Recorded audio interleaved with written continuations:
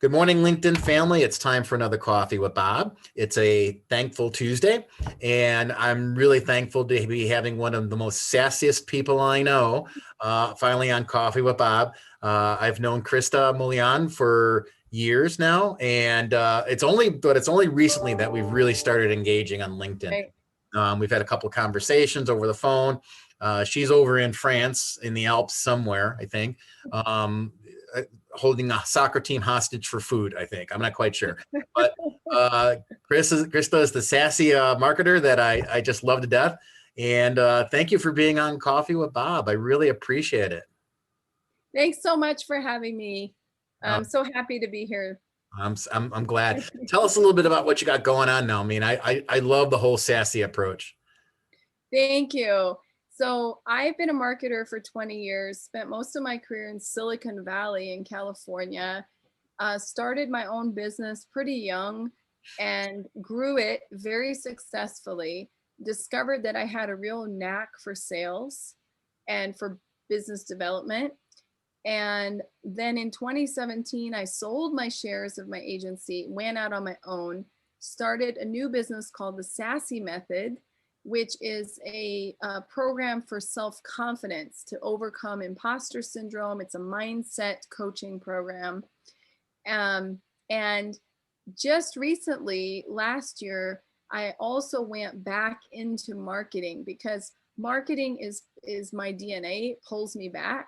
So I have both my personal journey, the Sassy Method, that's where the mindset came in, as well as my expertise, which is what I've just been trained to do and love doing, which is marketing. So I'd love to say I have the best of both worlds. What I'm doing now next is trying to complete that with something bigger, which is publishing books.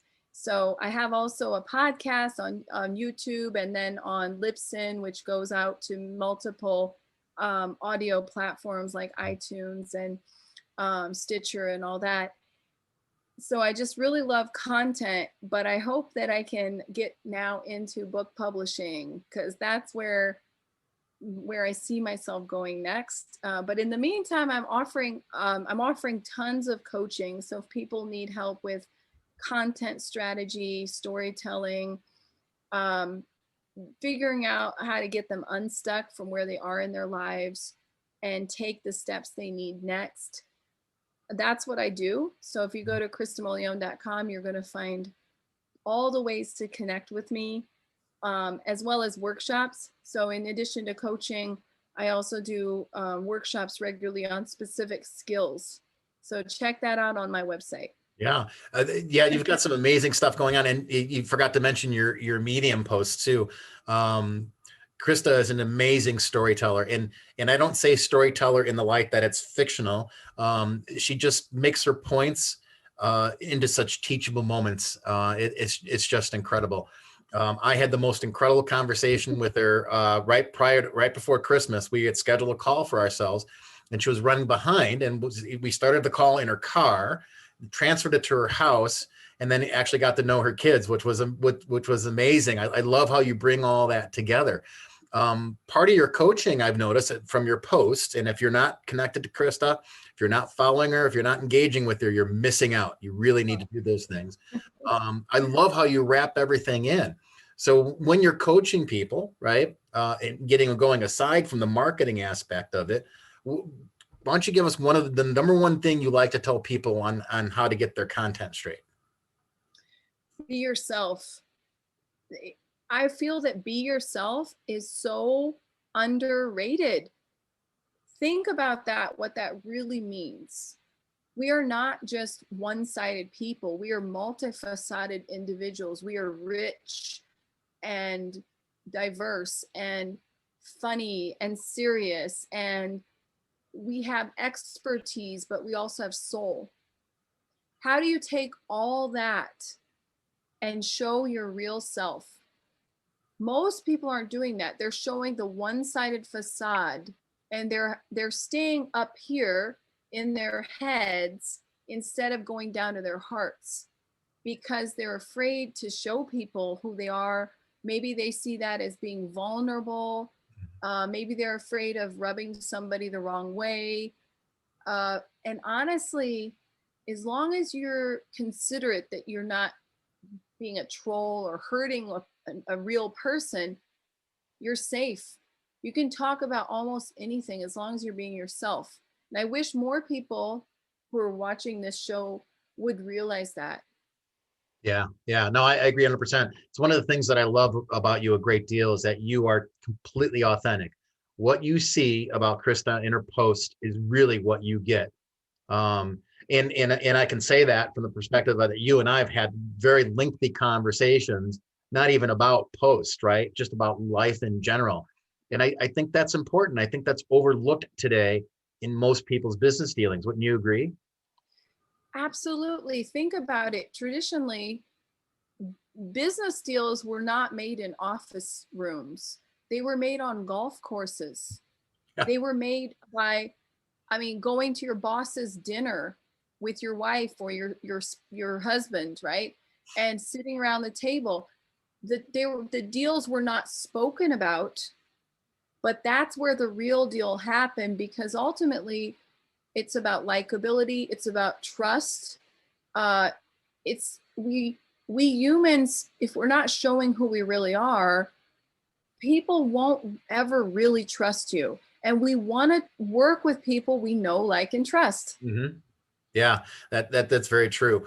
And and I think a lot of people are missing that in their posts today. And people that I like and I deal with all the time.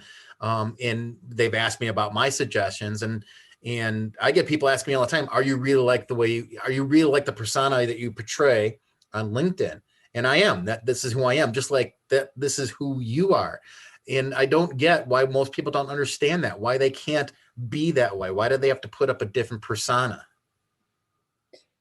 I really don't know, but I can tell you that if you don't know what to write about, I'm working on an article right now with post ideas, Ah, cool. Okay.